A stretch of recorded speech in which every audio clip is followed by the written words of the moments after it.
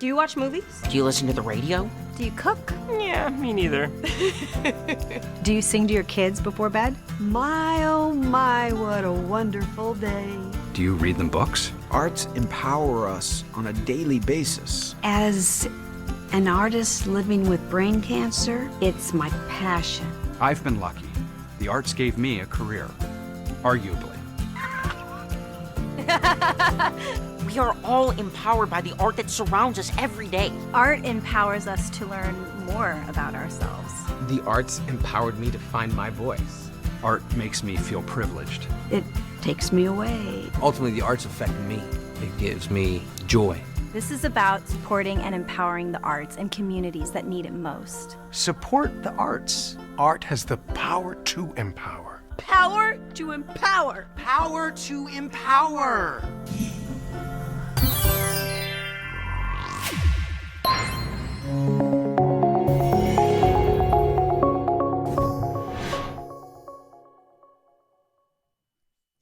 Welcome to the 6th Annual Television Humanitarian Awards presented by the Creative Coalition. I'm Mark Malkin, and it is my honor to be your virtual host and guide throughout this evening's festivities.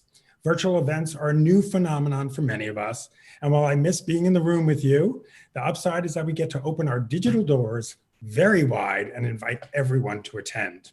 So to all our usual attendees and to our first timers, we are so happy to have everyone here. The Creative Coalition is the premier nonprofit, nonpartisan social and public advocacy organization of the arts and entertainment community. Founded in 1989, the Creative Coalition is dedicated to educating, mobilizing, and activating its members to support art and art education in America. Tonight, we celebrate television actors, writers, directors, and producers who have used their power and their platform to affect positive social change. These are the Creative Coalition Television Humanitarian Awards. Making tonight possible is our media partner, Variety. Now, I'm hardly impartial, but I think it's fair to say that Variety has been the leading source for news and information about the entertainment industry for over a century. In fact, this year, Variety turns 115 years old. And tonight, we at Variety are honored to use our platform to celebrate and elevate these artists who've used theirs as forces for good. Before we get to our first award, it is my great pleasure to introduce the president of the Creative Coalition, Tim Daly. Tim is an actor, producer, director, and activist, but we all know him simply as the handsomest darn guy on TV. And now, beam straight into your computer, tablet, smartphone, your watch, wherever you're watching it, but into our hearts, Tim Daly. Hi, everybody. Thank you so much for joining us tonight. This was really special, and thank you, Mark, for that lovely introduction. And I apologize for my hair. I just want to remind everybody that it's the Creative Coalition's mission to promote, protect, and defend the arts in the United States as a basic human need. I want to remind you that we're not an organization that advocates only for artists, but for all human beings, and especially for children, because we believe that every child should have exposure to and participate in the arts, not so that they can become professional artists, because we know it will enrich their lives and make them more creative, more interesting, more productive, more imaginative, and more successful human beings. So thank you for joining us, and please support our mission, because we do a lot of good work, and we work so hard to keep arts in your communities through the National Endowment for the Arts, through our work to have art become a vital part of public education, and through our mission to change the narrative about the arts in the United States so that people can be proud of their artistic impulses and proudly display their right to bear arts. So without further ado, I would like to introduce the engine of the Creative Coalition, our CEO, the amazing and indefatigable Robin Bronk. Thanks, Tim. That's my president. The power of celebrity for social change. An oxymoron or words to live by? The Creative Coalition's Television Humanitarian Awards are a prestigious honor that recognizes leaders in the industry who use their unique powers and platforms to promote and advance the causes that they care about. The Creative Coalition is able to do the work that we do to ensure that everyone has the right to bear arts through companies that believe in doing well by doing good. Our presenting sponsor, Novo Nordisk, is a shining example of a true business champion that supports the arts. And no one says it better than my friend Margaret Mead. Never doubt that a small group of thoughtful, committed citizens can change the world. Indeed, it's the only thing that ever has. Thank you, Robin, for your tireless work. I'm serious, folks. This lady does not stop working. She never sleeps. To present our first award, you know her from American Pie, But I'm a Cheerleader, Orange is the New Black, Russian Doll, and she's one of my favorite people to run into on the red carpet, Natasha Lyonne. Good evening. I'm Natasha Lyonne, and tonight I have the honor and joy of presenting tonight's first humanitarian award to my friend, the extraordinary Uzo Aduba. Of course, I worked with Uzo on Orange is the New Black, and I was inspired by her performances each season. But behind the scenes, I personally became very inspired by Uzo and her determination to truly make the world a better place. She actually is that person. And that's exactly why I was delighted to hear that the Creative Coalition was recognizing Uzo. Delighted, but not at all surprised. As you'll hear tonight, the Creative Coalition is a nonprofit dedicated to using the power of the entertainment community to affect positive social change. And that is exactly what Uzo Aduba does. Uzo is a champion for Heifer International, a charity with a mission to end hunger and poverty by providing livestock, training, and services to farmers around the world. Uzo's work with Heifer enables families to dream bigger by changing the lives of those living below the poverty line. She encapsulates how one person can make a difference and serves to multiply that out for many people. When I first went to Uganda, the need felt so great, and the question came to me, how could anybody overcome this? When people are given a hand up, you teach somebody a trade, they're able to come up with a way of taking care of themselves long after you're gone. All people want is a chance. All people need is one chance to thrive, and they will take it. Give to Heifer International. Uzo has always worked to educate those around her, including myself, and also her other fellow Orange is the New Black cast and crew. Actually, for World Water Day in 2019, Uzo and I and some friends traveled to Abuja, Nigeria, where Uzo led us on a mission to understand what the families of villages on the outskirts of the city had to do to get clean water. Uzo led the call to action for global citizens to engage in the program and personally lent a hand to grassroots organizers working to solve drinking water issues. She called on us to make appeals to the local Nigerian government officials and led our donation campaign to the Guaco Village School to ensure that they had the proper school supplies needed for their education. Later that year, she spoke at the Global Goals Summit saying, "One choice that we can make one day in our lives has the potential to affect lives larger than we can count. Our job is not to change someone.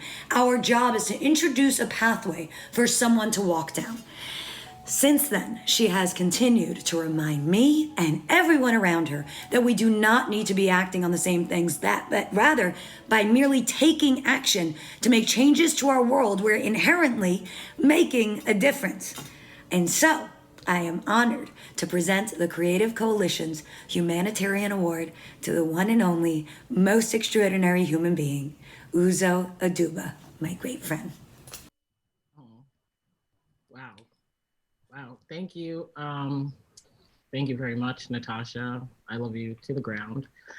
I am honored to receive this honor for the work I've done with Heifer International.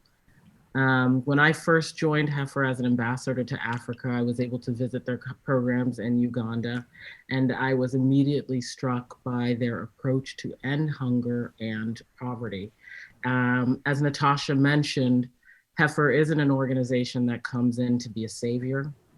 They introduce resources and opportunities to a community of people so they can save themselves. And on my first visit, I met a woman named Grace, appropriately named. She's a widow with 4 children who took the gift of 1 calf and turned it into far more than you could ever imagine. In 2 years, she grew her cattle herd to 40, planted 3 acres of bananas, 30 acres of corn, and farms everything from oranges to mushrooms to chickens, you name it. This is a woman who has had every reason to quit and instead chose not to. It's truly inspiring to see what one opportunity can mean to farmers like Grace, but right now, they need our help and compassion more than ever. On Monday, Heifer released a report revealing the financial distress and food insecurity farmers in Uganda are facing as a result of the pandemic. 86% of surveyed farmers said their incomes had been reduced by half. 40% said they had gone days without anything to eat at all. And I know the pandemic has upended life for all of us, but COVID could significantly increase the number of people facing hunger by as much as 132 million by the end of this year alone. I think often about Grace. She had an immense impact on my life, with whom I planted a tree when on my visit with her. I gave Grace a helping hand with that one small task, but together, we could be the helping hands needed for farmers around the world. So please check out Heifer International and consider supporting who put the foods on all of our tables. Thank you so much again. Have a great night. Uzo, thank you so much. It's always great seeing you. Congratulations on the award and congratulations on your Emmy nomination. If you have not seen Uzo as Shirley Chisholm in Mrs. America, you must. And so I have to ask you, Uzo, what do you think Shirley Chisholm would be thinking about the current state of affairs today? You know, I think she would be pulling up that folding chair to the table, as she so remarkably is quoted as having said, and she would be rolling up her sleeves. And I think, you know, sirening out a call to action. You know, she was an amazing leader, voice, political force, who will never be forgotten, I hope, who had an immense role and strength in our political systems now. And she believed in the power of the people and for the voices of those who have often gone unheard to be heard. And in this time when we're seeing the most neglected in our society, I think she would be a champion for those people. And of course, we have to ask you, the Emmys will be virtual this year on Sunday night. What does one wear to the virtual Emmys? Something like what I would wear in my house. I think I'm going to bring a blend maybe of both celebration and I guess at home for me. But in all seriousness, I think it's a somewhat serious time. So just something presentable, I guess.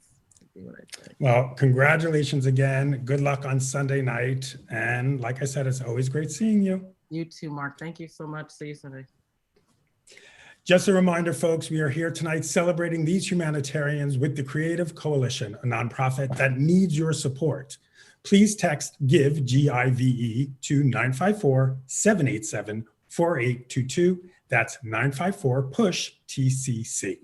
Our next award will be presented by actor Jason Dirden. Whether it's on Broadway in Raisin in the Sun, in Fences, or in TV, in American Soul, Greenleaf, and so much more, his performances always pack a punch. I'm pleased to introduce Jason Dirden. Hello, Jason. Hey, Mark, thanks. The world has had the privilege of witnessing her brilliant artistry for over 40 years. From television to film to her live no cuts or edits, award-winning Broadway performances. Through her, we experience fully realized, multidimensional characters. Characters full of love, joy, honesty, and most importantly, humanity. Having the pleasure of knowing her personally, I can tell you to create these characters we adore, she simply brings herself to the roles. Phylicia Rashad encompasses all the aforementioned adjectives and so much more, which is why the work audience have seen over her illustrious and still blooming career pales in comparison to the work she does off stage and off camera. Many are just artists, but the special ones are artists with intention and purpose. Their imaginations extend beyond the stories in a script. There is an understanding within and even a demand that their art and their platforms achieve the greater purpose of moving humanity forward. Tonight, the Creative Coalition honors Phylicia Rashad, an activist who uses her profound artistry and strategic skills to draw attention to the remarkable stories of African-American achievement, for her commitment to diversifying the stories of American history through African-American Cultural Heritage Action Fund. As co-chair of the fund, Phylicia Rashad's outspoken leadership and thoughtful compassion ensures that, like her characters, the world will know an African-American culture that is not just multidimensional, but a fully realized representation, thus truthfully displaying our nation's history. She is a reminder that what we do as artists creates a resume, but what we do as people creates a legacy. It is an honor and a true privilege to present the Creative Coalition's Humanitarian Award to Phylicia Rashad. Thank you, Jason. Thank you so much. I am honored by this recognition for my work with the National Historic Trust's African American Cultural History Action Fund. Feeling like I grew up knee-deep in history, the importance, the value, and the necessity of this great work has never been lost to me. Historic preservation honors the past, yes, but it also gives context to the way we live today. How do I know all this? Well, my mother. My mother attended Brainerd Institute, a school in Chester, South Carolina that her parents attended and her grandparents attended. And today, the site of this school is on the registry of historical sites in the state of South Carolina. And as she remembers and recalls her time at Brainerd, every memory is laced with poetry, literature, music, art. There's no doubt that this influenced the beginnings of her career as a poet and cultural arts activist, which undoubtedly influenced the way she reared her children, making sure that we had instruction in music, in theater, in dance, and in visual arts, with the understanding that creative thought and expression are fundamental to human development and of great service to humanity. So I thank the Creative Coalition for using the platform and the power of entertainment industry to ensure that arts flourish in communities and in public schools. And I also thank the Creative Coalition for honoring and supporting television talent and leaders in the industry who use their voices to affect positive social change. Thank you. Thank you, Ms. Rashad, for everything and anything you do. You truly are the grande dame. I did want to ask you, one of the many things you do is teach and help guide young talent. And Chadwick Boseman was one of your students. What do you think his legacy will be, and how will he continue to inspire young people, especially young Black men? I think his legacy will be the importance of purpose, finding one's purpose and living in that truth. And I think we will see his name and image in many places other than film. I think so. I think he will inspire people to study because he was a very studious actor. And I think he will inspire people to really grab hold of their dreams and to live them out and make them reality. It's beautiful. You're also going to be, I can't wait to see this, In Between the World and Me, with actors such as Oprah Winfrey, Angela Bassett. Has production begun, and how How are producers keeping everyone safe during the pandemic? They're following very strict codes. And I felt very safe on that set, and it was a pleasure to be there. Fantastic. Congratulations. Thank you so much for being here tonight. Thank you. I've loved and supported the Creative Coalition for years, and I'm so happy to be working with them here for the first time. But there's someone who can speak to the work of the Creative Coalition better than I can, because he has been with them on the front lines, including going to Washington, D.C. to speak directly to congressional leaders about the importance of art and arts education. He may be known for playing, some really bad guys, some tough guys, some guys you might be scared of if you run into him on the street. But the truth is, Jason Isaacs is all heart. Take it away, Jason.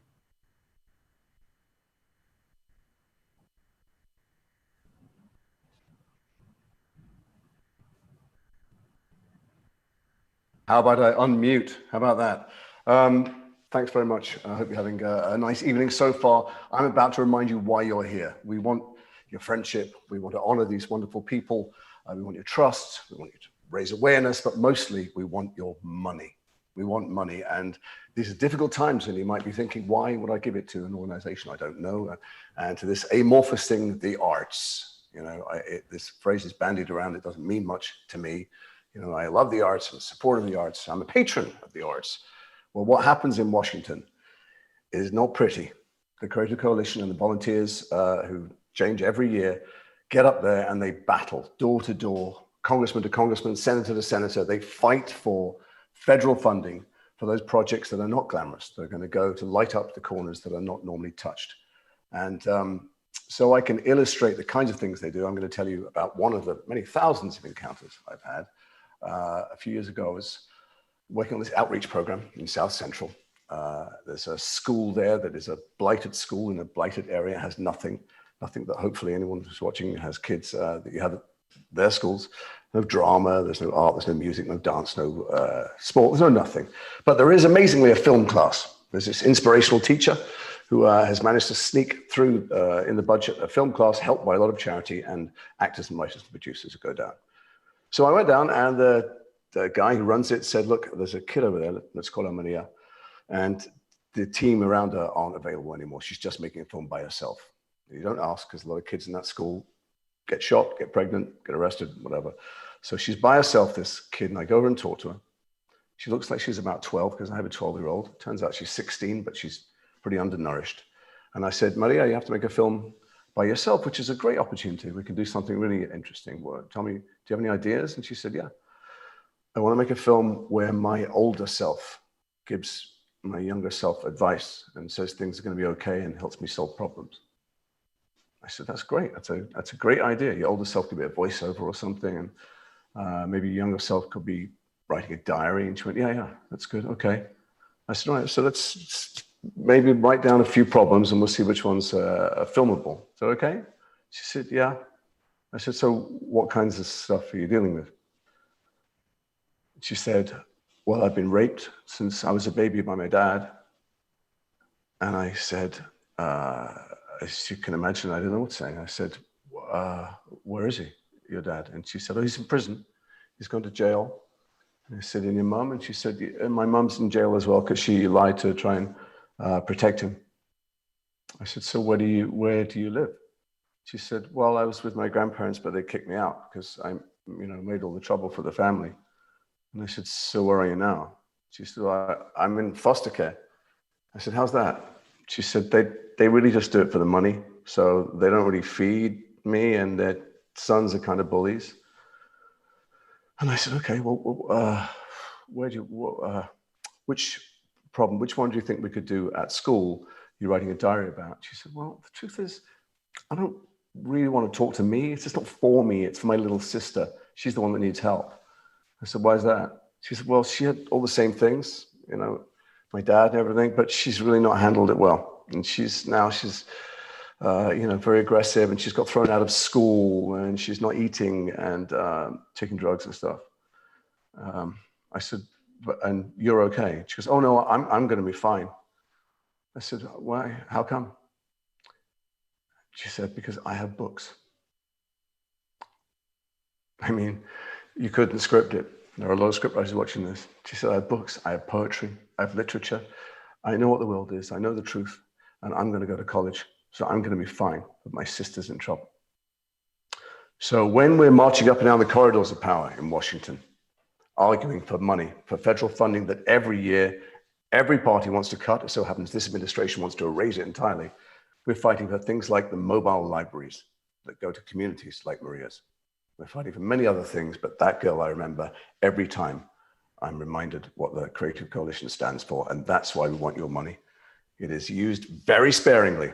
We stay in the shittiest hotels and take planes that are held together by string and blue tack. So give the money and it will go directly to the front line of fighting for organizations that save lives. And I think underneath me somewhere there should be, what does it say? Somebody with the magic buttons, press it. Donate, give to, where it is. I can't read it because, yes, give to 954-787-4822, which is push TCC. When you get there, it says amount. Press whatever you like, then add a 0, and then do it again, and we'll be very, very grateful. And from that failed piece of stand-up comedy, it's a natural segue to presenting an award to a great, great comedian.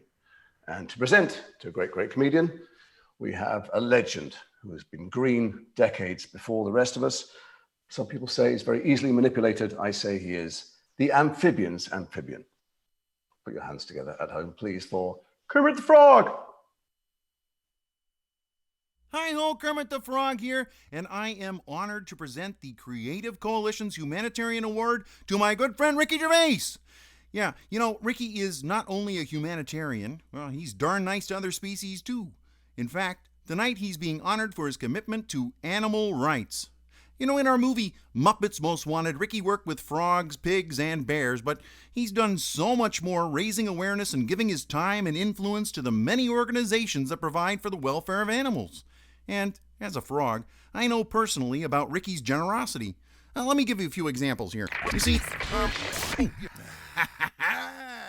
Hello, everyone. It is I, Constantine, the world's most dangerous frog and online acting coach. I have taken control of your broadcast because it is I, not that other goody-goody Kermit Frog who should be giving award. I know Ricky Gervais. In Muppets Most Wanted, he played my number 2. I know that you think I'm going to do that joke, but even I am not that evil. Believe me, Ricky is thrilled to accept award from me, Constantine, world's most dangerous frog and online acting coach, who will happily take any presenter fees immediately after ceremony. And so, I say to you, Ricky, my co-star who never returns my calls, congratulations. You will always and forever be my number 2. An actual unicorn. Yep. That is how great Ricky is with animals. Amazing, I know. Anyway, those are just a few of the many ways that Ricky has been a loud and powerful voice for animal rights. And so, without further ado, here to accept the Creative Coalition's Humanitarian Award is my good friend, a man who made social distancing popular before its time, Ricky Gervais! Thank you, Froggy friends, and thank you, Creative Coalition, for this prestigious honour. I've always loved animals, so it's an absolute privilege to be able to use my platform to shout for them, as they don't have a voice. Muppets don't count. To me, all animals are unconditionally beautiful and perfect. So it's depressing that one species in particular seems hell-bent on destroying all the others. I'm talking about us, of course, and we are animals, great apes, in fact. We're 98.6% genetically identical to chimps. We're closer to chimps than chimps are to gorillas. That's how close we are. We're cousins, but that's true of all animal life, you know. And I don't know who put us in charge, but like all power-crazed, narcissistic, violent leaders, we're doing a terrible job. We wipe out 10,000 species a year. We slaughter or torture 2 billion farm animals a week. 1 billion ocean animals a day. Trillions of fish we grind up and make into pellets just to feed our livestock. Our single species in mass makes up 30% of land animals, right? 66% are the animals we eat. So that's 96% of animals is either us or the things we want to eat. Just 4% are wild animals now. I mean, it's incredible. 1 billion people a day, right, go hungry, and 20 million people a year die of malnutrition because of the meat industry. It actually causes famine because we buy grain from poor countries because they want hard currency, while their own people starve, and we feed that to livestock. Just cutting meat by 10% would feed 20 million people. That's easy, isn't it? Just cut it by 10%. I mean, and also meat causes cancer, heart disease, zoonotic viruses, AIDS, MERS, SARS, and of course, COVID. So stop eating anything that moves, you disgusting, greedy, thoughtless parasites. We're not even good parasites because we're destroying the host. We've only got one planet. Stop destroying it, you absolute filth. So, thanks for this award. And have a great day. And don't eat bats. Thank you, Ricky, so much. And thank you for reminding me not to have a bat for dinner tonight. It was actually one of the things I was thinking about. So now our next presenter is prolific actor, writer, and producer. And in his spare time, he's a longtime activist and has received more than 40 humanitarian awards, including this one for his work in social justice. My friends, the one and only Alan Cumming. Hello everybody, I'm Alan Cumming and I'm very excited to be beaming to you right now to celebrate and toast my lovely friend Sienna Miller. Sienna and I met, quite a few years ago now, and we worked together on the Broadway revival of Cabaret a few years ago, and we became great friends and also great party animal buddies. We get up to a lot of mischief when we're together. In fact, my husband Grant calls Sienna my evil twin, but in a nice way. And I so wish we could be together tonight because this occasion, this celebration would be a great excuse for a blowout, but alas, we can't. But I wanted to say that all the joy and fun and mischief that Sienna exudes, of course, comes from a place of kindness and compassion. And so it is no wonder to me that the Creative Coalition want to honour her for her work with the International Medical Corps and for global humanitarian aid. So Sienna, I love you. I can't wait to see you, and I toast you with this imaginary drink in lieu of the many we're going to have together the next time we see each other. Take care and stay safe, everybody. Delicious. Thank you so much, sweet Alan, and thank you to the Creative Coalition for this wonderful recognition. I want to congratulate the other awards recipients who are using their voices to bring about change. I'm so proud to have been an ambassador for the International Medical Corps. It's been more than 10 years now, and I've traveled all over the world from Lebanon to Haiti to many countries in Africa to see their programs firsthand.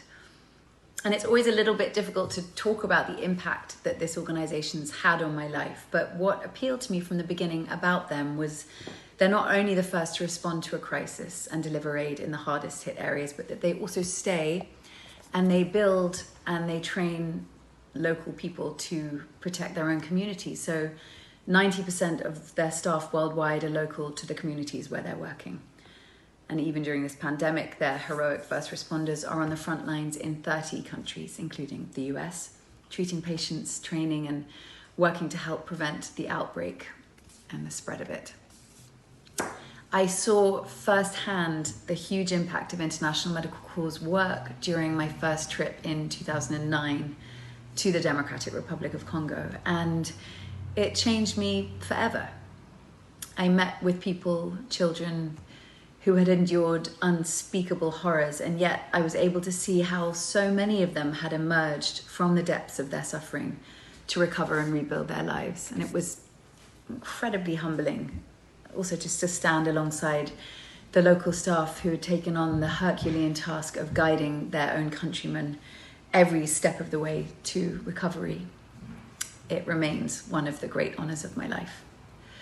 The most recent trip that I took was before the pandemic to South Sudan, where the maternal and infant mortality rates are among the highest in the world. We wanted to document the amazing work that's being carried out by one of International Medical Corps' heroic midwife trainers. Her name is Grace.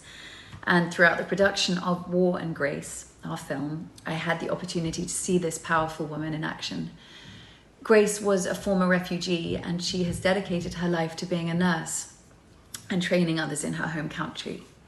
And she and International Medical Corps have increased the number of trained midwives in the entire country by more than 2,000% in just 6 years. So mothers and babies are alive today because of these efforts. And Grace and her students are just the definition of beacons of hope. With each of these trips, I witnessed a recurrent arc that despite all the suffering and loss, there is an undeniable human resilience. And with our support, we can help people emerge from the depths and recover and rebuild. I know we all feel this huge responsibility to give back and make a difference, and I'm so grateful to have found the heroes of International Medical Corps to be able to amplify their voices and their work. And I commend my colleagues tonight for their dedication and for resolutely holding to the belief that even during these troubling times, that we can and we will improve the lives of others. Thank you so much. Stay safe. Thank you, Sienna, and congratulations. And now from our presenting sponsor, Novo Nordisk, please welcome Christine Zemansky. Good evening. It's great to be in your homes with all of you, even if it is virtually. I know that tonight we have so many wonderful people from the television community, both in front of and behind the camera. Thank you for providing countless hours of entertainment while we all adjusted to spending a lot more quality time at home. I'm with Novo Nordisk, and we are so proud to be a supporter of this evening. We truly believe in the power of storytelling and the Creative Coalition's mission to make positive change through the power of the arts. And the next award is precisely about that. This honoree brought awareness to an issue on screen that should be talked about in an open, honest, and compassionate way. The issue is about a disease that, when spoken about, makes some avert their eyes, others whisper.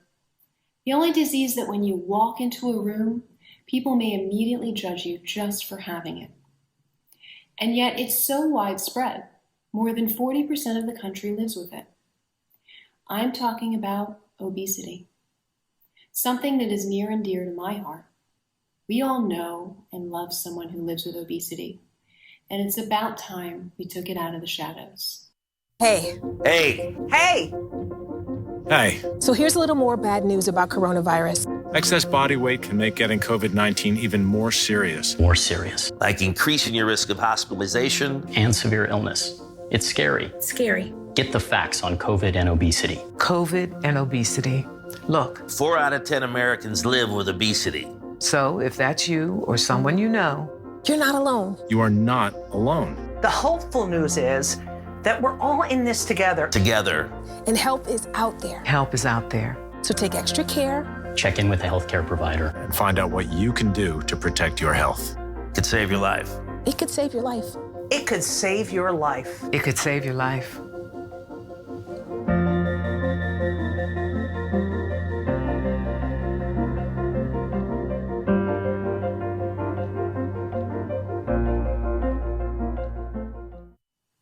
Let's raise awareness and make it okay to talk about weight and health. And to help do that, there is no one better to speak on this topic than my friend Renee Rawls. You may not know her, but you might already know her story. I'm Renee Rawls, and I love sharing my story with others who's living with obesity just like me. It's a disease. Who would ever thought obesity is a disease? Well, New Amsterdam, they decided to air an episode this past season indicating that obesity is a disease. I was thrilled. I was beyond happy. My family was happy, my friends. My son was just so proud of me that he even posted it on his Facebook page and said, Mama, people really hear you. They really understand and they really know. Well, New Amsterdam, you got it. Do you remember the patient you referred to me? Yeah, Louise, Galena, yeah. So, despite substantial physical and emotional suffering, insurance, in their infinite wisdom, has decided not to cover her skin removal surgery. They're calling it cosmetic. Cosmetic. It's just like, if you had a breast cancer patient who needed a mastectomy, insurance would cover that plus the reconstructive surgery after, yes? Mm-hmm. Yeah, because with cancer, insurance pays to finish the job. But Louise has been just abandoned halfway through her treatment because even though obesity is a disease, it still isn't treated like one. Then let's give her cancer. What? I am thrilled. I am beyond thrilled to honor and give you this award. Your voice carries weight, and it did, and it's still doing it. And I thank you. Congratulations. And my heart is so happy. Thank you, guys. First, I'll show this. Amazing. Thank you to the Creative Coalition and to Novo Nordisk for this incredible honor. At New Amsterdam, we always strive to find moving, incredible stories that need to be shared. And believe me, it's a team effort from our brilliant creator, David Schulner, to our amazing producers and our staff of writers, our wonderful cast, and our incredible crew. We are all deeply, deeply honored by this. Thank you very, very much. Tyler? Yes, Aaron. I just wanted to say thank you as well. This means so much to us all. And this storyline in particular for me personally hit really close to home. And so I'm just really, really humbled to be part of a show that shines a light on things that are so often left in the dark, and a show that actually makes an impact in the real world for real people. And that means a lot to all of us. So thank you. We'll cherish this award forever. Congratulations, everyone. Great job. Now we'd also like to welcome actor and executive producer Peter Horton and actors, as you already met, Tyler, Jocko Sims, and Janet Montgomery, and of course, Renee Rawls, who you've just met. So tonight's show from the Creative Coalition is about honoring and supporting television talent and industry leaders who use their voices to affect positive social change. And that's why everyone is seated right here with me now. So let's talk, Aaron, let's talk about discovering Renee's storyline. What resonated with you, and when did you say, you know what, this belongs on the show? Yeah, it's interesting. I was brought to the Creative Coalition dinner in LA as a guest. I was a +1. I wasn't even supposed to be there. I just went for the meal. And I had no idea what to expect. And it was this evening about the disease of obesity, which I didn't know much about. And Renee spoke, and I was captivated by her. She is an incredible human being, and her story just moved me. And I left there so inspired, and I knew I had to find a way to translate what I had learned and what I discovered that evening into a story that would fit into our show, into New Amsterdam. So Renee, what was going on in your life during this time period that we see on the show? I felt that Aaron heard me. And I also listened to other people doing my journey, and I'm like, wow, New Amsterdam, they got it. They got it. And my hat goes off to everyone who played a part in this. So each episode you tackle its life-changing topics in an educational yet entertaining way. So what does it feel like to be honored for your work on this episode, Janet?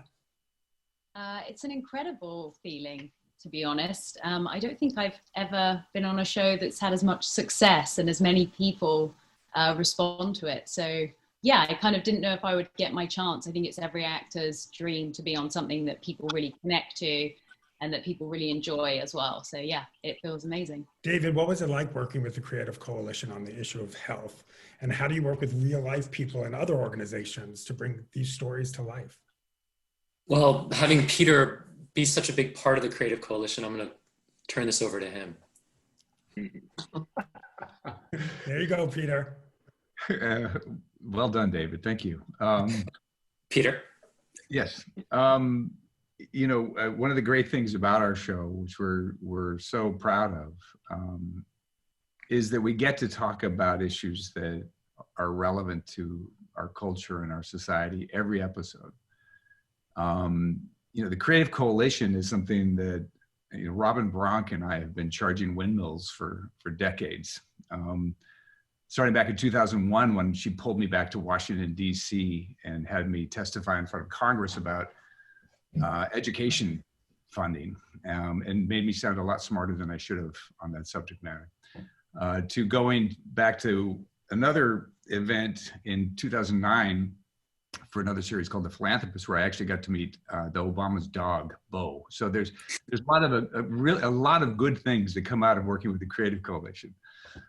But they're kind of ideally suited for us because their mission statement is really exactly what ours is, which is to try and shed light on issues that matter, that have impact. They're so important to talk about in this day and age. And they're so helpful. It's such a great resource for us to not only connect with people like Renee, who have such great stories to tell, but just the issues themselves, to be able to interface with us and help us unpack them so that we can find stories in them, like Aaron did on this one. We know obesity is a disease that's not treated like other diseases. Jocko, what did you learn about obesity that you didn't know before? Well, yeah, we do in this country hear a lot about this disease. I still don't think there's much of an emphasis, as much as we need to hear about it. But what I discovered on this episode, where when the character, she started talking about hurting herself. And that's when, you know, you got to think of other things. It's not just the physical aspects that affect a person who's struggling with obesity, their life, but it's also the mental toll that it takes. And so that was very eye-opening for me, and it was great to be a part of that. David, what kind of responsibility do you feel when you're bringing these stories to life? You don't want it to be, you know, sensational. You want it to be real, but you also have to be entertaining.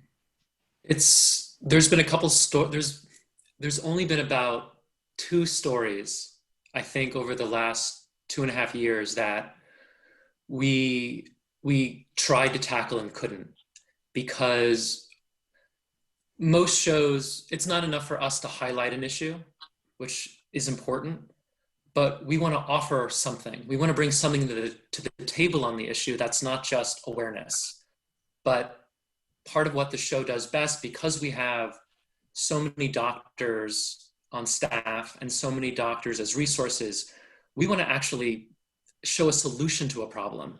It's not enough for us to just say this is a problem, but we want to show how you could tackle it if bureaucracy wasn't an issue, if red tape wasn't an issue, if courage wasn't an issue.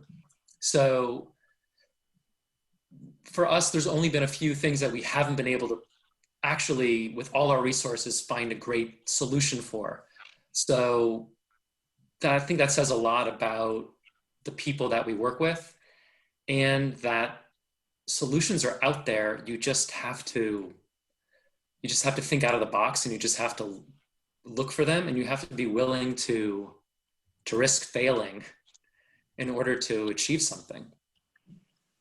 And lastly, Peter, you've obviously, as we've already talked about, you've traveled to Washington with the Creative Coalition. That's a pretty big stage. It's a little different stage than you're used to. What was your impression testifying before Congress and being a part of the Creative Coalition? I was so nervous. I was like deeply nervous. It's one thing to get up and perform as you know, an actor, or even as a director getting out on a stage, but going to Washington, D.C. with all of its symbolism, at least this is a little while ago, so it's shifted a bit since then. But you know, to see the pomp and the architecture, and you know, you walk into a room, you sit in a chair below this big, massive sort of wooden desk filled with these representatives all dressed up, kind of like Tyler. And you're supposed to talk about something that you haven't spent your life with. In this case, it was, you know, funding for education. This was in 2001, so it was George Bush, right after George Bush had gotten in, right before 9/11, believe it or not. And the thing that, you know, I hadn't really thought a lot about it since then. I mean, I had sort of done it and then moved on, but Robin sent me an article right before this event so I could refresh my memory, and it had a bunch of quotes from me, and I sounded really smart about it, and I realized how well the Creative Coalition had prepped me for it. They really didn't just throw me out there and say good luck. They have this skill to sort of take people like us who have passion but not a whole lot of in-depth knowledge on an issue, but still prepare us enough so that we don't make idiots of ourselves. So that was the beginning of my relationship with the Creative Coalition, and it's only continued thereafter. It's a great organization. Well, congratulations to New Amsterdam for receiving the Creative Coalition's Your Voice Carries Weight Award tonight. And as we know, you are receiving this award because you're following the Creative Coalition's mantra, which is educating, mobilizing, and activating its members on issues of public importance. So thank you and congratulations. Thank you, Mark. And now to give out the next award, one of my favorite people to talk to, Insecure star, creator, everything, Issa Rae. Hi, Creative Coalition. When I heard that Yvonne was being honored with the Television Humanitarian Award, I said, duh, what took y'all so long? Because Yvonne is one of the most dedicated, considerate, caring, passionate, most hardworking people I know, and she possesses all of those things at the exact same time. When I think about this particular time, this particularly devastating, hopeless time, a time where so many Black people feel frustrated and neglected by a system stacked against us, I find comfort knowing that Yvonne is consistently using her voice to speak out on our behalf. She's never afraid to tell the truth, ever, ever, ever, and she will always stand up for what's right and fight for what's right. She is a voice for the voiceless in every single way, and justice and fairness is just at the core of her heart. It's at the core of who she is. You know, even just seeing her demeanor on set and making sure that every crew member feels considered and that PAs are treated as they should be, and going above and beyond, and looking out for the people that she loves and she cares about, to random strangers. That's just who she is. And my only regret is that you guys don't get to see her beautifully beat face and warm smile and inappropriate body gyrations in person. I'm really sad that you're missing out on that. And not to mention her melodic, absolutely out of key impromptu singing, her DMX voice that she brings up without any kind of context. I'm really sad. I hate that for you guys that you're missing that. I really do. But Yvonne, congratulations. Thank you for all of your incredible work and for always fighting for what's right. Love you, girl. Well, thank you to the Creative Coalition for this award and the important work that you do. And thank you to my dear friend, Issa Rae, for presenting it to me. It started off so great. It started off so well. And then you talked about my body gyrations for all to hear and see, and my DM. Don't worry about that. I love you. I appreciate you. You are phenomenal. This award means a lot to me, and it is an honor to be representing the work of the Innocence Project. As actors, you know, we are fortunate to portray several different roles in our career. In mine, I happen to portray a lawyer on Insecure. However, for the men and the women of the Innocence Project who litigate tirelessly to exonerate individuals who are wrongfully accused, that is a role that they can't easily step in and out of. These individuals dedicate their lives so that innocent citizens can get a bit of their own back. Through their work, the Innocence Project discovered the unfortunate reality that since 1989, a disproportionate number of the 375 DNA exonerees were either Black or Latinx. That statistic alone is criminal. 2020 was slated to be the year of focus and extreme clarity, but what has actually become crystal clear is the need for reform in the criminal justice system, the need to stop racial bias within law enforcement, and the overwhelming need to ensure due process within the legal system. Like Christina Storms, the executive director of the Innocence Project, said, if race is contributing to wrongful conviction, then we need to figure out when, where, and how it is propelling error, and we need to confront, challenge, address, and correct it. And that is what the Innocence Project does so well, and that is why I am so proud to use my platform as an artist to be an ambassador for an organization that helps to dismantle a system that devalues Black lives. Now, we certainly have a long way to go, but with every innocent individual that gets to spend another birthday not behind prison walls, but at home with their family, it gives us hope and a drive to continue. Thank you again, and God bless. Thank you, Yvonne. That's it's fantastic work. And not too cheesy a segue, but have you seen any of the stuff where people take theatre projects into prisons and how much it lowers recidivism rates? And, yes, I'm familiar with that. So thank you for the work you do. It's incredible. And I'm here to remind the audience that although you're surrounded by these wonderful people, I mean, they're inspiring, they should be inspiring you to reach for your phone. Where's my phone gone? Here it is. Phone. We need you to text and give us some money so that we can do this great work, so that we can take theatre companies into prisons, and so that we can, the best theatre I've ever seen in my life was in a rehab center in Harlem on New Year's Eve, when the people who were living there did a scene about how they were going to try not to relapse at the point of midnight. And that's what National Endowment for the Arts funds projects like that, and that's what we will fight for when you give us your money. Thank you so much for the money that you give tonight. Now, our next presenter, I'm breaking protocol to talk about the person she is presenting to, but I adore, love, worship her. I was lucky enough to play her husband relatively recently, and I was in every way in her shadow, both as an actress and as a human being. So treat her very gently. Our next presenter is Melora Walters. You'll know her from millions of movies, everything from Dead Poets Society to Boogie Nights, but currently you know her from the hilarious comedy Penis. I'm not going to say Pen 15 because it's penis, Melora. We know what it is. You're not fooling anybody. It's not Pen 15. It's not Pen 1S. You're in penis. We love you for it. Melora Walters, ladies and gentlemen. Thank you. Yes, that's what I'm in. Okay. When I first met Mira Sorvino in 2001, 2002, she was working with Amnesty International to stop violence against women. And I thought, well, that's amazing. But this is who she is. This is really who she is. And I want to share some of the highlights, because I think it's very important that you know what she's doing.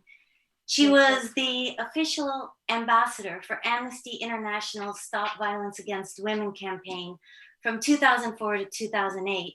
And in 2006, she was honored with Amnesty International's Artist of Conscience Award. She lobbied Capitol Hill on the topic of human trafficking and officially testified before Congress on the genocide in Darfur, Sudan. Having supported the United Nations Office on Drugs and Crime Anti-Trafficking Initiative since 2007, in 2009, she was appointed to Goodwill Ambassador. 2010, the UN awarded her Global Advocate of the Year. She represented United Nations Office on Drug and Crimes at the Vatican at the second annual conference on modern day slavery. She championed the strongest slate of anti-sexual harassment in California, which was signed by Governor Jerry Brown. 2017, Mira was one of the first to come forward about Harvey Weinstein's sexual misconduct in Ronan Farrow's New Yorker expose. Her advocacy in New York State alongside Time's Up and Governor Andrew Cuomo helped pass extensions to the statute of limitations for rape and strengthen protections against sexual harassment. She was just awarded the Humanitarian of the Year by the United Nations Association of New York for her work on human trafficking. So what I'm saying is that this woman is everything about her is to make the world a better place while supporting her family, while pursuing her beautiful career. She's unstoppable. She's passionate. On a personal level, she's taught me about friendship and family and love, and most importantly, that there is hope in the world. So it is an honor to present the Creative Coalition's Humanitarian Award to Mira Sorvino. Thank you so much, Melora. You should all know that Melora is a force in her own right. She is sitting, I believe, in front of her own painting. She's an incredible artist. She's an incredible auteur director. I've been in all of her films that she's directed. An extraordinary actress and extraordinary human. So thank you for being the most amazing person, by the way. Thank you so much to the Creative Coalition. It's really a beautiful honor. When I hear about everything that all of you are doing, I am so inspired. You know, there is so much great stuff going on right now. And I just feel that, you know, that Margaret Mead quote that was at the beginning about, you know, a small group of people changing the world is the only thing that ever has changed the world is really true. It's up to us to find our own unique passion, to find the way that we fit into the world, to fit into the injustices that we see around us that perhaps we've experienced or have a special empathy for, and then dive in and see what we can do about it. I have to say that I have been so inspired by all the survivors of human trafficking that I have interviewed over the years in my tenure as Goodwill Ambassador for UNODC against human trafficking. You know, there are over 30 million people living in slavery today. It's a $250 billion criminal industry, second place only to drug trafficking, tied for second with arms. There are more people living in slavery today than at any other point in recorded human history. And yet the conviction rate for human trafficking is abysmally low. It's in the tens of thousands total ever for 30 million people living as slaves right now. And, you know, I think we were all taught in school, oh, you know, slavery went away. There's no more chattel slavery. There is this new pernicious form of slavery, in addition to the modern day prison system, obviously, that is also a form of legalized slavery. But human trafficking is illegal underground slavery. It can take the form of labor trafficking, which is 50% of the cases around the world, and sexual exploitation. And it disproportionately affects women and girls. And it is everywhere. It's here in this country. It is in every single country in the world, both as sources and destination countries. You don't have to leave your room to be trafficked. It doesn't involve necessarily any sort of travel. It means being compelled to work by force and lack of liberty for very little money and threat of harm to oneself or one's loved ones. So I really want people to be aware that human trafficking has not gone away just because there's some more awareness of it now than when I started in 2004 advocating on it. It's the dirty little secret of the modern era that we have permitted on our watch that millions and millions of people are living lives of abject misery.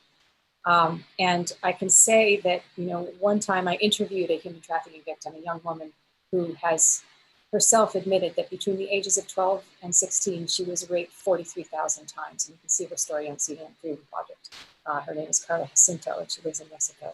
But when I interviewed her and she told me the story about how her human trafficker punished her for her insubordination with a branding of an iron to her face and then an iron to the face of her little baby child, my heart just melted, and I saw a single tear go down her scarred face, and I thought, oh, there are some wounds that are too deep to heal, and how is this woman ever going to be able to overcome this? And I walked away very demoralized.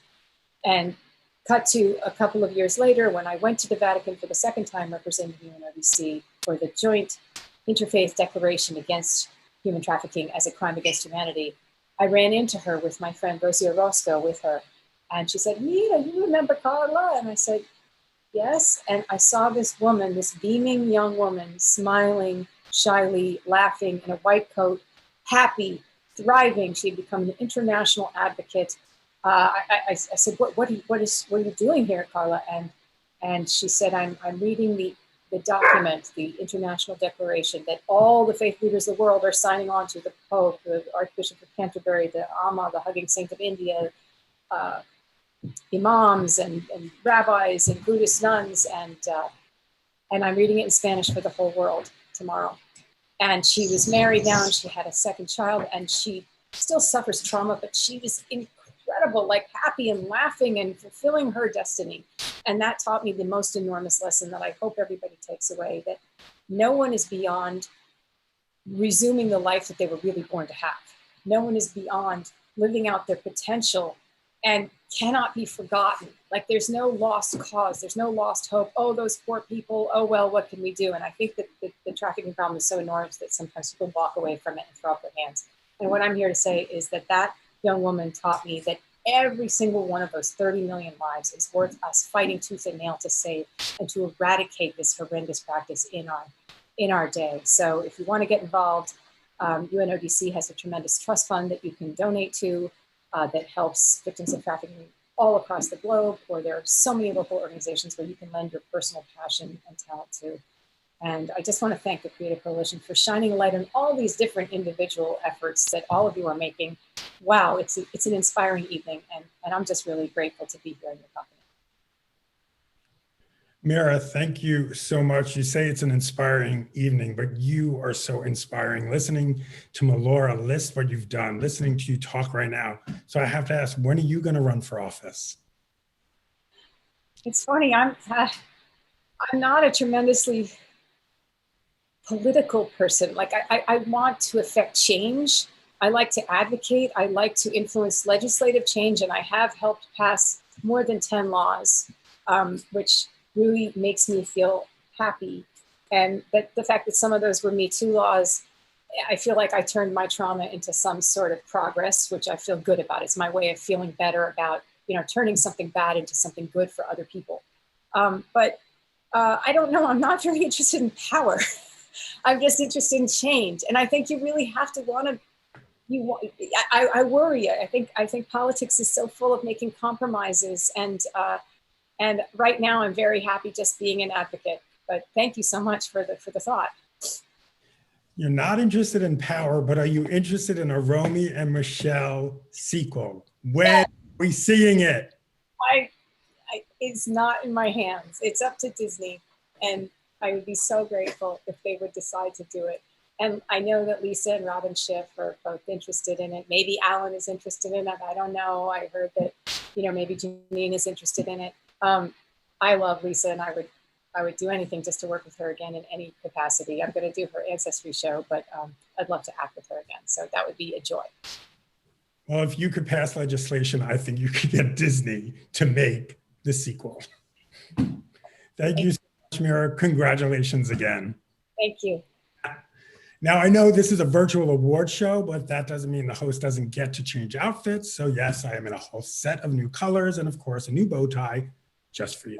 But more important, here's a quick reminder to support the arts. Please text GIVE, G-I-V-E, to 954-787-4822. That's 954-PUSH-TCC.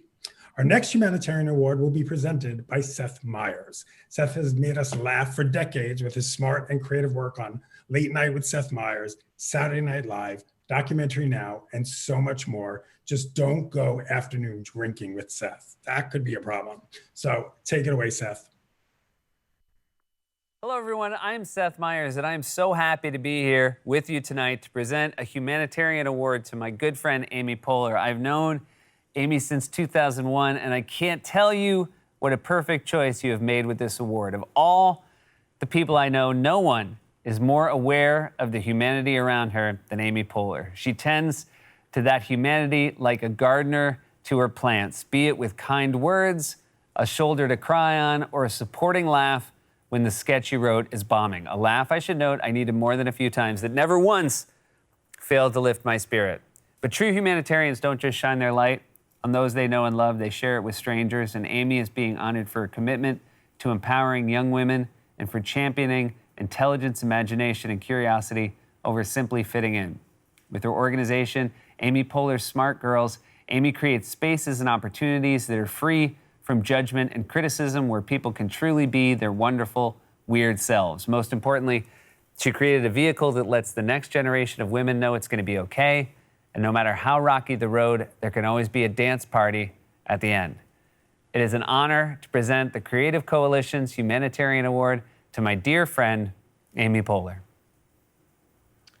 Oh, wow. Thank you, Seth. Thank you, everybody. For those of you that don't know, right now I'm sitting in a waiting room where I get to talk to Mira Sorvino and Billy Porter and Mark Malkin and Yvonne, and I'm just very honored to be in this company and in this waiting room, and frankly, very honored to be among the kind of work that people are doing tonight. Mira, your work is amazing, and I was very, very moved and inspired by your speech. So thank you for your work. Thank you, Seth. I'm so pleased and grateful to the Creative Coalition for this award, which they sent to me. And it's here, and I just want to make sure that I get all of the lights reflected in it. But it's very disco, which I appreciate. And I guess I'll keep my remarks short because I know there's a lot of people who are trying to figure out how to balance their time, and I think that I'm very grateful for the real estate here and the few minutes to get to speak to you. I'd like to thank Meredith Walker and Maggie Chifo and everybody at Smart Girls who work hard every day to teach young people who Ida B. Wells is, and to talk about trans rights, and to talk about what a new world looks like in this new difficult pandemic, and how we can all come together in times of trouble and kind of give each other peace, love, and understanding. And so I'd like to say that who I'm thinking of today are the single mothers tonight who are homeschooling their kids, mostly Black and brown mothers who are disproportionately affected by this pandemic, and people who have spent the entire day today trying to work and feed their children and teach their children. And I'm just thinking about you tonight. So I share this award with you because I know that women, especially throughout this pandemic, have kept this country running. And women make up, I don't know the exact, an incredible percentage of essential workers. And I'm in deep gratitude for the work that people are doing to literally keep this country from fully stopping. So I just want to say thank you to anyone who happens to be lying in bed right now, maybe listening to this or watching this after having a particularly long day, especially mothers who are doing it alone. And on behalf of Smart Girls, I'd just like to speak to any young people that are watching tonight who are in any way inspired to engage or to continue to be engaged. You continue to inspire me. The generations that are coming after us are fierce. They are motivated. They ask very important questions. They don't stand for what we stood for, and they won't put up for the things we put up with for as long as we did. And they're impatient, as any good activist should be. And so I'm very moved by the work that they do. And I hope that Smart Girls could be a place where they can find like-minded people, community, and respite. But I share this and the work that I do with all young people who are leading the way. And I have deep apologies for the world that we're handing them. So thank you, everybody, for letting me be part of the evening and part of this waiting room and part of this Zoom experience. And it still feels like we're in a sci-fi movie. And it's a really long sci-fi movie, but if it means that I get a chance to talk to more people tonight or people I wouldn't normally get to talk to, I'm grateful. So thank you. Congratulations, Amy, and I'm excited I get to talk to you. And I love how you're talking about inspiring young women, women across the country, women across the globe to feel empowered. And you are making your directorial debut of a documentary about Lucille Ball and Yeah, I'm going to do that eventually. I have to get started on that. Yes, I'm doing it. I'm not going to say, why do you love Lucille Ball, but what made you think, let's do a documentary about Lucy and Desi?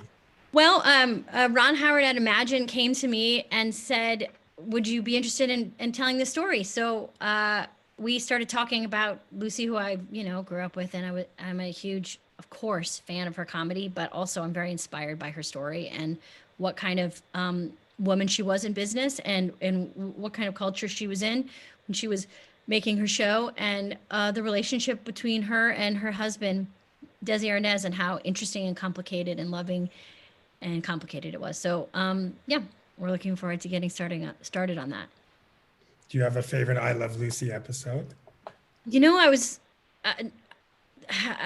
was just watching one the other day where she's afraid that well, no, I don't want to pick out a favorite one, but I was just watching a bunch of her physical stuff together in watching them beat after beat, because I'm looking at all the physical ways she moves. I'm just always amazed at how she moves. She's like a beautiful dancer. So sometimes my favorite stuff of hers is nonverbal and all about movement.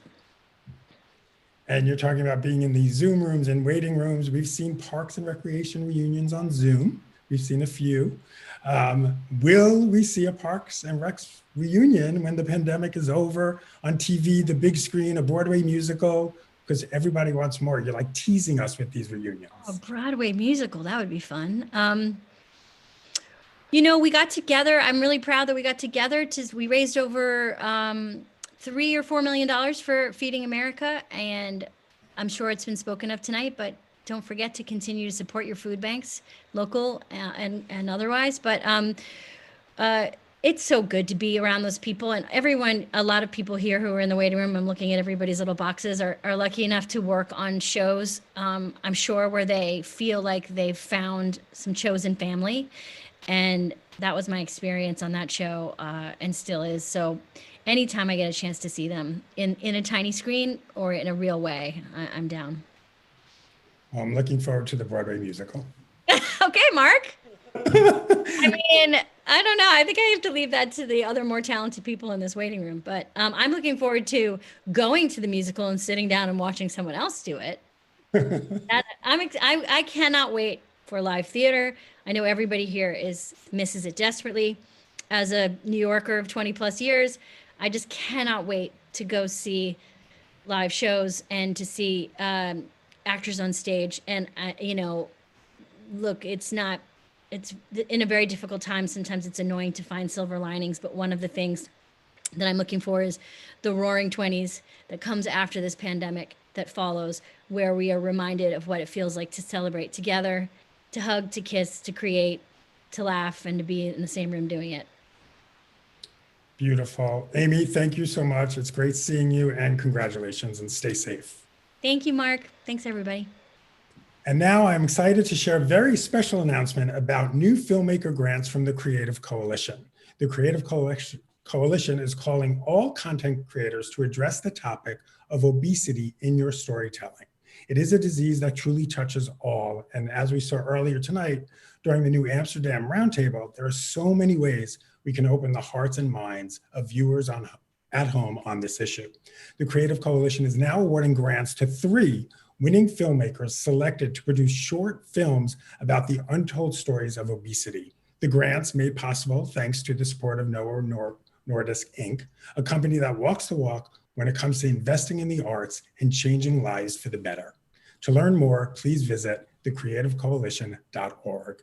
We'd also like to recognize our esteemed judges of the project. Their collective awards could crowd any shelf. Producers David Dinerstein, Mark Goffman, Nicholas Gonzalez, Matthew Rhodes, Haroon Salim, and Yvette Nicole Brown. Now, there's one more award to present tonight, but before we do, He is the senior partner and founding partner of Frankfurt Kernet, one of the preeminent media and entertainment law firms in the United States. His experiences in all aspects of the business practice of law, focusing on entertainment and media law, representing advertising agencies, commercial film, television, publishing, graphic and fine arts, and new media companies. Please welcome the Creative Coalition's Chairman of the Board, Michael Frankfurt. Hello, I'm very proud to be here and be the chairman of the Creative Coalition. And thank you all for being here at this wonderful event. 25 years ago, Susan Sarandon, Chris Reeve, and Ron Silver had the vision of the power of the celebrity to grow and continue the growth of the arts. That's what we've done, and that's what we'll continue to do because of people like you who support us emotionally and financially. Thank you for being here and enjoy being here. Thank you, Mike. Now it's time for our final award to present it. An actor who has won more Tony Awards than anyone ever. Yes, more Tony Awards than anyone ever. You know her from The Good Fight and Private Practice and movies and concerts and her voice. And mostly you know her as the Queen of Broadway, Audra McDonald. Billy Porter is a voice, and what an incredible voice it is. It is a voice that is not only glorious every single time it comes out of his mouth in song, or in the incredible roles he plays on television and movies and on the stage, but also in the way he uses that voice to help advocate. Billy has worked tirelessly with Broadway Cares Equity Fights AIDS, an organization that mobilizes the entertainment industry to help individuals living and affected by HIV/AIDS. Along with me, Billy is also a founding member of Black Theater United, and our social advocacy organization combats systemic racism in the theater and beyond. But Billy is not just an advocate, he's also a dedicated ally, and he makes not only a positive difference wherever he goes, but a powerful difference wherever he goes. It is an honor to present the Creative Coalition's Humanitarian Award to my friend, the great, the one and only, Mr. Billy Porter. Wow. Wow, that was amazing. Hi, Mark. How are ya? Congratulations. I'm good. Thank you. Thank you. Singing your praises like that. What is that? Well, you know, Audra and I go way back. We sort of started in the business around the same time. I'm like a year older than her, I think. And so we've been at it for a long time. We've grown up in the business together. We've grown from the youngins to the not so youngins together.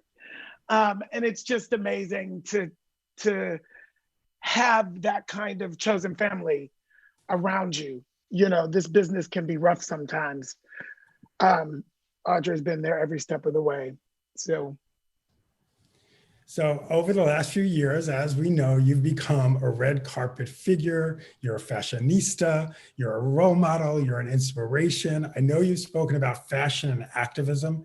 Tell us how the two are connected. Well, I always talk about being first generation post civil rights movement, you know, and so it was always about how you presented yourself in education, because the first impression is the most important. And so with that in mind, you know, I'm from the generation where we dressed up everywhere we went. You know, we dressed up in our Sunday best because we wanted our first impression to be a good one. And I realized, you know, that first impression could also work in other ways. I could actually show up and make an impression that moves a conversation forward that our culture needs to have. And I feel really blessed to have been given the opportunity and the space to be able to use fashion at the intersection of activism. Well, you always look amazing on the red carpet. You're the person everyone's like, what's Billy got there? We will be back to the red carpet soon. Yes. You are a full-time artist and a full-time activist. You're using your voice not only for Broadway Cares, but also for getting out the vote and Black Lives Matter and civil rights in general. How do you find the time to do all of this? Well, I'm gonna tell you what, with this coronavirus situation where everything is at home, you know, I could just go into the other room and turn on the computer and get on a Zoom call. That's been all right. I have to say, it's been a little more manageable during coronavirus to get it done in that way. You know, I'm trying to find my silver lining. I'm trying to make my lemonade out of lemons too. So, you know, and I'm being serious when I say that, you know, I've been able to show up for so many things in this time because I could stay in the house and do it. I didn't have to get on a plane and fly across the world every time I needed to be somewhere. So, you know. So tell me about, I want to talk to you about Broadway Cares. As a man who's with HIV, I want to thank you for everything you do with Broadway Cares, and tell everyone at home what they need to know about Broadway Cares and why it's so important. Well, you know, I came out in 1985, right in the middle of the AIDS crisis. You know, I moved to New York City to be in the original cast of Miss Saigon. And I've always, you know, I'm not an organizer, you know, a community organizer. I'm not a lawyer. I'm not, you know, like, I don't do it like that. I'm an artist. And what was so powerful about Broadway Cares Equity Fights AIDS is that I sort of entered the Broadway market just as the organization was building. I think it was like maybe the 4th or 5th year, you know, so the organization was my teacher. The organization taught me how to be an activist. You know, I'm the kind of activist that knows how to show up. Like, tell me where to show up and I can show up and do my thing. And do the thing, whatever the thing is required, I'm there, you know? And so Broadway Cares for all of these years has been a version of that for me consistently. You know, I know how to show up by simply showing up for Broadway Cares. And that has also opened up the doors for me in other spaces, other organizations, and in other ways. So I am very grateful to the organization. And, you know, we raise a lot of money and they, you know, they help with different, they give money to different organizations for AIDS relief and AIDS related situations. And they also have the female breast cancer project, Phyllis Newman project that they also have partnered with. You know, it takes the people. You know, it's about we, the people, standing up and giving back. We can't wait for the government to do it. We got to do it ourselves. And that's what Broadway Cares does. Thank you again. Like I said, as a man living with HIV, I know how important these organizations are. The Creative Coalition fights to make sure the arts are taken seriously. This isn't an LA or New York charity. They know the arts are a vital part of the infrastructure and economy of in every corner of the US and for every American. What do you have to say to people who don't necessarily think that the access to arts is that important? Well, we can just look at this pandemic. We can look at the behavior, right? Yeah, the arts doesn't matter, but what's your behavior as soon as you're locked in the house? You're going to the television to be entertained by artists. That's all we need to say. You're not sitting at home, you know, you're sitting at home reading a book. You're sitting at home listening to music. You're sitting at home watching television. You're sitting at home and painting, learning how to play the piano.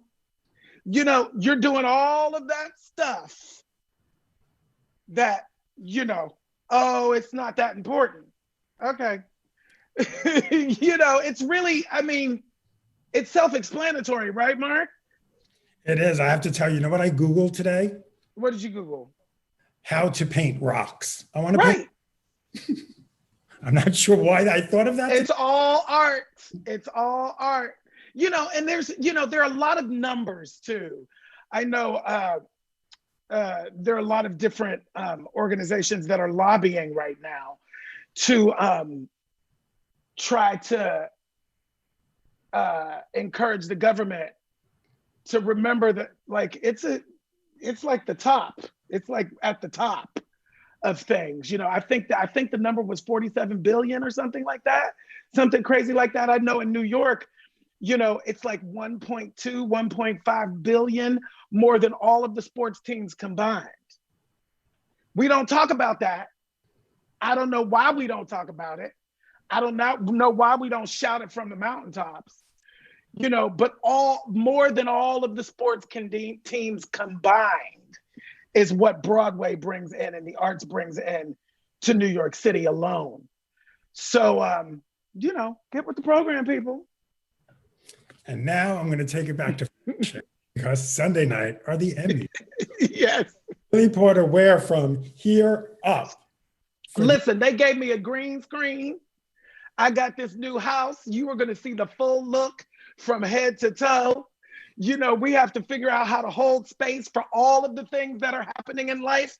If that is something that, if that is something that you didn't know before now, you know, we are all experiencing it right now. It's like, the balance of it. The balance has been interesting this time around, you know, because it's like we have to still live our lives, you know, while simultaneously showing up. I use the metaphor of putting your oxygen mask on yourself first.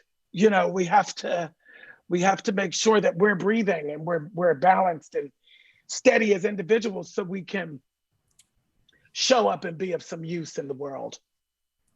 Well, I can't wait to see what you show up in. It's cute. I had a fitting last night. I feel like it's not just going to be cute. I feel like it's going to take up that whole Zoom box. No, it's a little toned down this time because we at the house. So I'm doing at the house appropriate. And on this award, congratulations for Sunday night. Always great to talk to you. Thank you. Good to talk to you too. As we've seen tonight, there are so many ways to make a difference, and these artists embody the spirit and the mission of the Creative Coalition. Art and art education are vitally important to the heart and soul of our society. Through art, we learn to look deeper and think bigger. We are transported to new worlds and given tools to connect in new ways with each other. In schools, art education helps children think outside the box so that whatever profession they choose, they'll bring fresh and creative eyes. The arts are a vital part of our economy. For every actor you see on screen, there are countless carpenters, electricians, drivers, painters, construction workers, ushers, popcorn makers, so many different people behind the scenes. Art touches all of us in so many ways. That is why the Creative Coalition works day and night to support art in America, and they need your help. As you've seen from our humanitarian awards tonight, we each have a platform that we can use to make a difference. Your platform right now is your phone. Please text GIVE, G-I-V-E, to 954-787-4822 to donate right now to help the Creative Coalition continue their vital mission. Thank you to all our presenters. Congratulations to all the honorees. Thank you for watching and supporting the Creative Coalition and arts education everywhere. Good night, and please keep wearing your masks.